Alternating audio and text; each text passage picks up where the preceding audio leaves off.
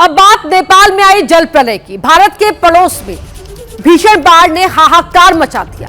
ऐसा लगा कि नेपाल के पहाड़ों पर महाजल प्रलय आ गई हो। आसमान से ऐसी आफत बरसी कि नदियां महासागर बन गई, पहाड़ दरकने लगे, गांव के गांव फ्लैश फ्लड में पत्तों की तरह बह गए, हर तरफ चीख पुकार मच गई। हिमालय की गोद में मौत का ऐसा खौफनाक तांडव मचा जिसे देखकर रूह कांप जाएगी।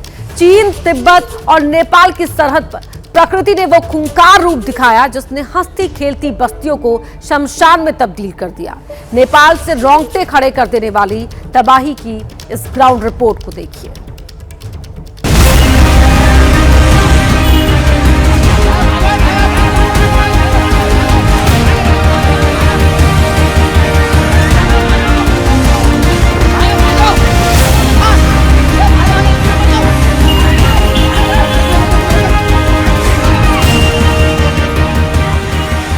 दहशत, चीख पुकार और चारों तरफ सिर्फ और सिर्फ साक्षात मौत का मंजर। तिब्बत नेपाल बॉर्डर से शुरू हुआ प्रकृति का ये ऐसा प्रहार जिसने पलक झपकते ही इंसानी वजूद को मलबे के नीचे दफन कर दिया। बुधवार की सुबह नेपाल के रसुवा और सिंधुपाल चौक के लिए कयामत बनकर टूटी। पहाड़ी ढलानों से बर्फ, चट्टानों और मलबे का विशाल हिस्सा इतनी भयावह रफ्तार से नीचे आया कि उसने भोटेकोशी नदी का दम घोट दिया। और फिर जब फ्लैश फ्लड आया वो अपने पीछे सिर्फ लाशें और बर्बादी छोड़कर गया। सबसे पहले तबाही की पहली तस्वीर को देखिए। चीन नेपाल सीमा पर स्थित गेरोंग पोर्ट का बस टर्मिनल है। कंक्रीट की वो मजबूत दीवारें जिन्हें फौलाद समझा जाता था, सैलाब के एक थपेड़े में मिट्टी के ढेर में बदल गई।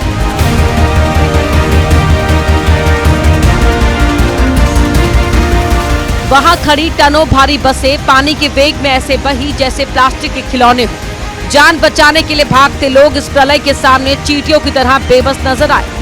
कुछ ही सेकंड के भीतर मलबे और पत्थरों के रेले ने पूरे इलाके को जमींदोज कर दिया और धूल की एक ऐसी खौफनाक दीवार उठी कि दिन के उजाले में भी शमशान जैसा सन्नाटा और अंधेरा पसर गया।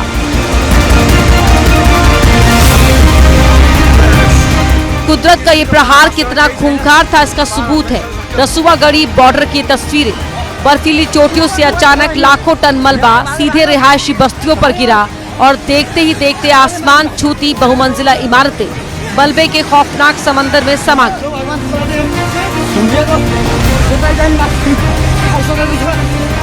काठमांडू से 125 किलोमीटर दूर रसुवा के हाइड्रोइलेक्ट्रिक प्रोजेक्ट साइट पर तो मौत का तांडव दिखा।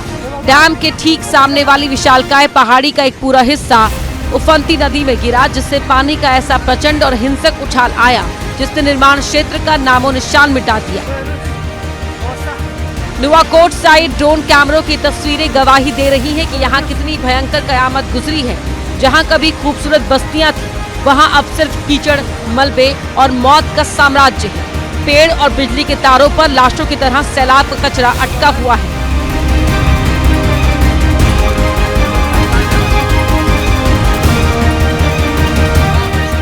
सिंधुपाल चौक पे पानी की ताकत के आगे लोहे के भारी भरकम पुल भी नहीं टिक सके।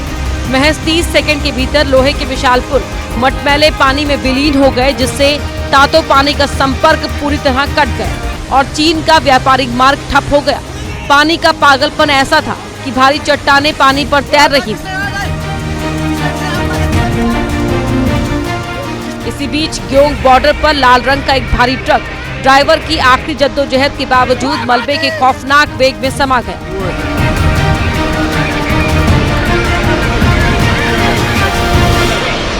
इस खौफनाक मंजर और महाविनाश के बीच रसुवा से जिंदगी की एक ऐसी हैरान कर देने वाली तस्वीर आई जो इस प्रलय की सबसे बड़ी गवाह है। चारों तरफ से मौत के मलबे से घिरी एक ढहती हुई छत पर अकेला युवक खड़ा था।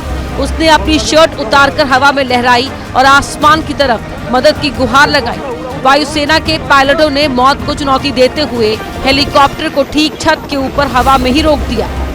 बिना किसी सीढ़ी, बिना किसी सुरक्षा बेल्ट के रेस्क्यू टीम के जाबाज ने अपना हाथ आगे बढ़ाया और पूरी ताकत से युवक को मौत के जबड़े से खींचकर आसमान में सुरक्षित पहुंचा दिया। नेपाल में हुई तबाही के बीच सबसे बड़ा सवाल है कि पहाड़ों में आखिर ऐसा क्या हुआ जिससे विनाशकारी फ्लैश फ्लड बना।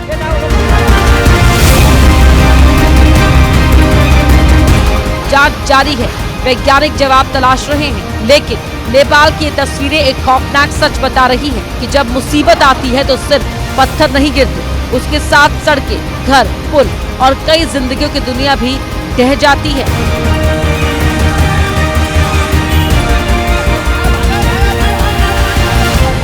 नेपाल में भयंकर तबाही मची है। 160 लोगों की मौत हो गई है और 700 से ज्यादा लोग लापता हैं। एबीपी न्यूज आपको नेपाल की तबाही की हर एक तस्वीर दिखा रहा है और जिस जगह सबसे ज्यादा नुकसान बाढ़ ने पहुंचाया है उस जगह एबीपी न्यूज संवाददाता अंकित गुप्ता पहुंच गए हैं, जहां उन्होंने बाढ़ से प्रभावित लोगों से बात की। देखिए ग्राउंड जीरो से अंकित गुप्ता की रिपोर्ट। एक ऐसा सैलाब जिसके सामने जो कुछ आया उसने तबाह कर दिया और फिलहाल इस वक्त हम उसी रास्ते पर हैं जहां पर ये जो सैलाब आया था जिसने लोगों को अपने चपेट में लिया है, जान माल की भारी नुकसान हुआ है। और इस वजह से इस वक्त हम जो वो रास्ता आपको दिखा रहे हैं कि किस तरह से जितनी भी गाड़ियां हैं उनको, जो खास तौर पर बड़ी गाड़ियां हैं और इमरजेंसी व्हीकल नहीं है, उनको यहाँ पर रोका जा रहा है।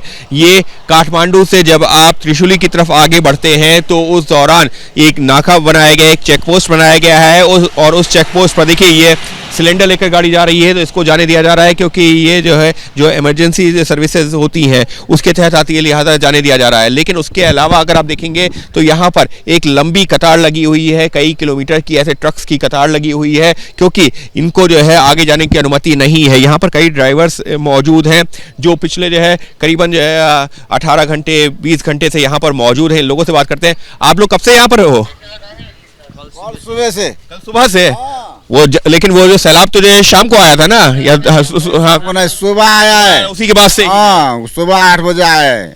उसी के बाद से ही जो आप यहाँ पर हो, आगे जाने नहीं दिया जा रहा? नहीं दिया। यहाँ पर देखिए ये जो है एक चेक पोस्ट बनाया गया है और उस चेक पोस्ट के उधर एक लंबी कतार लगी हुई है। खास तौर पर ये जो ट्रक्स हैं या हैवी व्हीकल्स हैं उनको इस रास्ते पर जाने की अनुमति नहीं है।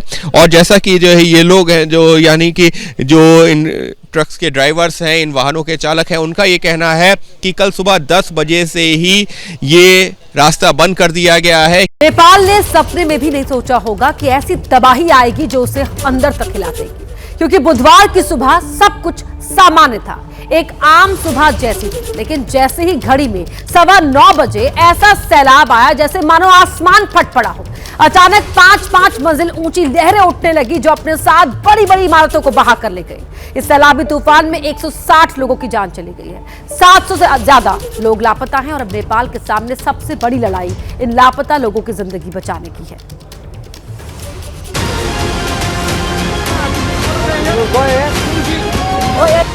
नेपाल में तिब्बत के रास्ते तबाही ने ऐसी दस्तक दी जिसे देखकर लोगों की रूह कांप गई। कुदरत के रौद्र रूप के आगे इंसान के बनाए सभी सुरक्षा कवच चंद सेकंड में ध्वस्त हो गए। बड़ी बड़ी इमारतें, भारी भरकम पुल किसी तिनके की तरह बह गए। भोटे कोशी नदी से आया ये सैलाबी तूफान नेपाल के लोगों के लिए काल बनकर आया और अपने पीछे तबाही और बर्बादी कभी न भूलने वाले निशान छोड़ गया। लेकिन इस मुश्किल वक्त में सबसे बड़ी लड़ाई जिंदगी बचाने की है। सैलाब में करीब 700 से ज्यादा लोग लापता हैं, जिनका अभी तक कुछ भी पता नहीं चला है। इनमें 133 भारतीय, अमेरिका के 47, 34 ऑस्ट्रेलिया के, 33 ब्रिटेन के, कनाडा के 24, मलेशिया के 19, 6 साउथ अफ्रीकन और सिंगापुर, न्यूजीलैंड और जापान के 5 नागरिक, जर्मनी के 4, फ्रांस के 3, स्पेन के 2 और यूक्रेन के 7 पर्यटक लापता हैं। करीब 25 देशों के 403 लोग लापता हैं। अब नेपाल सरकार के सामने सबसे बड़ा चैलेंज है लापता लोगों की तलाश और जो लोग सैलाब में फंसे हुए हैं उन्हें रेस्क्यू करना। कई जगह अभी भी इतना पानी मौजूद है कि वहां जमीन के रास्ते जाना संभव नहीं है, इसीलिए हेलीकॉप्टर की मदद ली जा रही है। 15 हेलीकॉप्टर को भी तैनात किया गया है ताकि दुर्गम इलाकों में फंसे लोगों तक तेजी से पहुंचा जा सके।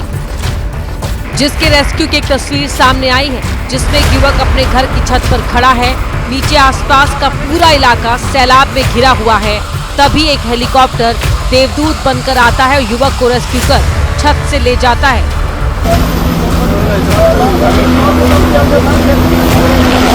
नेपाल में तबाही के बीच रेस्क्यू की तस्वीरें उन लोगों को हिम्मत देने वाली हैं जो मदद का इंतजार कर रहे हैं, क्योंकि सैकड़ों लोग ऐसे हैं जिनके घर सैलाब में घिरे हैं। इस बार कुदरत ने ऐसा तांडव मचाया कि नेपाल के एक बड़े इलाके का भूगोल बदल कर रख दिया गया है। नेपाल के 13 हाइड्रो पावर प्रोजेक्ट, 19 पुल तबाह हो गए। नेपाल चीन को जोड़ने वाले 42 किलोमीटर लंबा बेट्रावती रासुवागाड़ी हाईवे भी बह गया। चीन सीमा के कस्टम चेक पोस्ट पर खड़े 300 से ज्यादा वाहन और ट्रक पानी के साथ बह गए। हालांकि मुश्किल वक्त में नेपाल की सरकार हिम्मत बंधा रही है और लगातार रेस्क्यू की तस्वीरें और फुटेज जारी कर रही है। इस ऑपरेशन जिंदगी में नेपाल की आर्मी युद्ध स्तर पर रेस्क्यू ऑपरेशन चला रही है। साथ ही आर्म्ड पुलिस फोर्स और नेपाल पुलिस के जवान भी लगातार अलर्ट मोड पर हैं। जो तांडव कुदरत ने नेपाल में मचाया, उसका असर अब भारत में भी हो सकता है, क्योंकि जो भोटे कोशी नदी नेपाल के लोगों के लिए काल बन गई, उसका पानी गंडक नदी में मिलता है, जिससे यूपी बिहार में बाढ़ का बड़ा खतरा मंडराने लगा है। और अब प्रशासन अलर्ट मोड पर है। लगातार लोगों से अपील की जा रही है कि गंडक और कोशी से दूर रहें, क्योंकि जरा सी लापरवाही बड़े खतरे को दावत दे सकती है।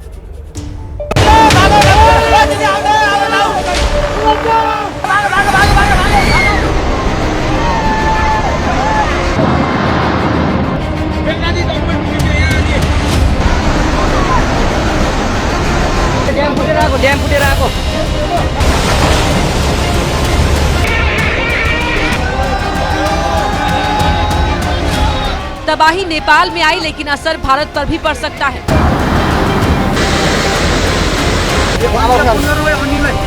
नेपाल में आई हर कुदरती आफत भारत पर बड़ा असर डालती है।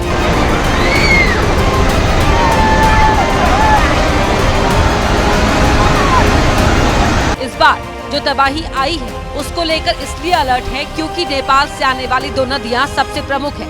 एक है गंडक, जिसे नारायणी भी कहते हैं, और दूसरी नदी है कोसी। दोनों ही तिब्बत से निकलकर पहले नेपाल और फिर भारत में आकर मिलती है। ये हमारे देश के लिए चिंता की बात है। जिस भोटे कोशी नदी ने नेपाल में लोगों की जान ली, उसका पानी भारत में बहने वाली गंडक नदी में मिलता है, और वो पानी अब हमारे उत्तर प्रदेश और बिहार में खतरा पैदा कर सकता है। यही वजह है कि यूपी और बिहार के लोगों की हर घड़ी गंडक और कोसी जैसी नदियों के खतरे के निशान को देखते हुए बीत रही है।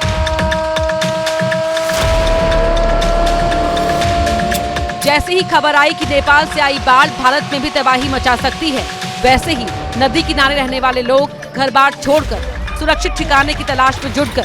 चिंता ये है कि नेपाल में जो सैलाब आया, उसका पानी भारत की नदियों में पहुंचेगा तो क्या होगा।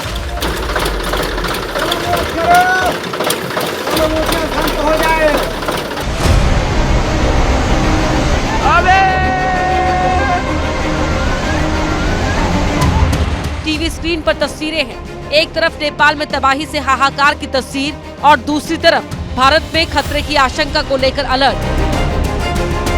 लोगों को लगातार सतर्क किया जा रहा है। नदी से दूर रहने की सलाह दी जा रही है। हम सभी लोगों से आग्रह किया जा रहा है कि आप लोग यहाँ की जगह खाली करके सुरक्षित जगह पर चले जाएं। आप सभी लोगों से आग्रह किया जा रहा है कि आप ये जगह खाली करके सुरक्षित स्थान पर चले जाएं। कभी भी कोई भी घटना हो सकती है। इस वक्त यूपी और बिहार में पूरा प्रशासनिक अमला इसी कोशिश में है कि अगर ज्यादा मात्रा में भारत की नदियों में पानी आ भी जाए तो इससे बड़ा नुकसान ना हो। हमारे क्षेत्र में भी जब पानी आ रहा है तो वहाँ से नुकसान ना हो। वैसे जो लास्ट रिपोर्ट ऐसा है कि अभी लेवल कम हो रहा है, तो ज़रूर हमारे यहाँ नुकसान कम होगा, ऐसा हम सोच रहे हैं। गंडक नदी में बहुत ज़्यादा पानी आने की संभावना है, इसलिए आप लोग सुरक्षित स्थान पर जाने की कृपा करें। नदी किनारे लोगों को बचाने के लिए एनडीआरएफ की तैनाती की गई है। यूपी और बिहार में एनडीआरएफ की 10-10 टीमें तैनात की गई हैं। ये सभी टीमें भारत नेपाल बॉर्डर पर रहेंगी। इस पूरी स्थिति पर एमएचए पूरी नजर बनाए रखे हुए है और साथ साथ स्टेट गवर्नमेंट्स और हमारा जो सेंट्रल वाटर कमीशन है वो भी इस पे नजर रखता है। और सुबह ही उसने एडवाइजरी दे दिया था कि ये इलाकों में जो है एडवाइजरी दे दिया था स्टेट गवर्नमेंट्स को कि इसमें बाढ़ आने का अंदेशा है। नेपाल से आने वाली गंडक नदी के आसपास एक सुरक्षा पहरा बनाया जा रहा है। वाल्मीकि नगर गंडक बराज के सभी गेट खोल दिए गए हैं। सीतामढ़ी में अफसरों की टीम नदी के बढ़ते जलस्तर पर नजर बनाए हुए है। बेतिया में पुलिस वाले लोगों को घर छोड़कर सुरक्षित जगह जाने को कह रहे हैं। तो उधर उत्तर प्रदेश में एसपी, कलेक्टर सब मिलकर नदी के किनारे बसे गांव में तैयारियों का जायजा ले रहे हैं। उत्तर प्रदेश में कुशीनगर और महराजगंज जिले में अलर्ट है। मुख्यमंत्री योगी इसकी सीधी मॉनिटरिंग कर रहे हैं। वहां बिहार के मुख्य सचिव ने इमरजेंसी बैठक बुलाकर एनडीआरएफ और एसडीआरएफ तैनात रहने को कहा है। साथ ही सीमा सुरक्षा बल ने भी अपनी 11 रैपिड रिस्पांस टीमों को अलर्ट मोड पर रखा है। गृह मंत्री अमित शाह ने बिहार और यूपी के सीएम से बात भी की है। यूपी बिहार में नदी के किनारे रहने वाले लोगों को सख्त हिदायत है कि चाहे कुछ भी हो जाए, कोई भी व्यक्ति नदी किनारे नहीं जाएगा, क्योंकि यहाँ किसी को नहीं पता कि नेपाल का पानी कब भारत आकर तबाही मचा दे।